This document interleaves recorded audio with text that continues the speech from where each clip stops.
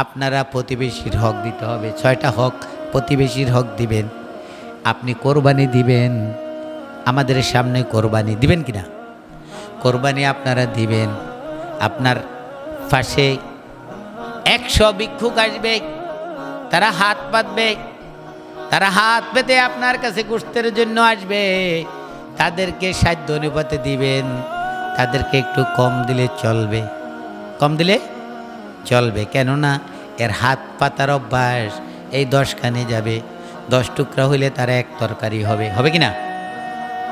আপনার প্রতিবেশী এমন একজন ব্যক্তি আছে, আপনার আত্মীয়ের ভিতরে একজন ব্যক্তি আছে, সেই ব্যক্তি কোরবানি দিতে পারে না, ঋণের দায়, ঋণ আছে, খাওয়াইয়া আছে টাকা নাই, খাওয়াইয়া আছে টাকা নাই, কিন্তু দেনা আছে, সমাজের ভয়ে হয়তো দিতে পারে কিন্তু দেনার চাপে দেয় না, হক বিচার করছে, সেই লোকটার ঘরে গোশত থাকবে না, সেই লোকটার ঘরে গোশত থাকবে না, শরমে কারো কাছে যাইবেও না, যাইবে না।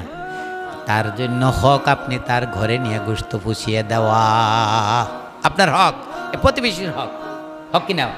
তার ঘরে নিয়ে সসম্মানে ডাকডোল বাজিয়ে নয়, দিয়ে আবার কম যাইতো না, অমকের দুধ দিছি, অমকের দুধ দিছি, অমকের দুধ দিছি, আপনার গোশত দেওয়াতে কোনো মূল্যই হবে না।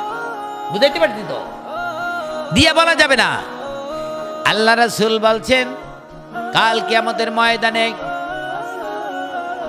যিনি দান দিয়ে খোটা দেয় তার কোনো দানের কোনো মূল্য হবে না। আর ওই দান ব্যক্তি এমনভাবে দান করবে তার ডাইন হাতে কি দিল বাম হাত যাতে না বলতে পারে।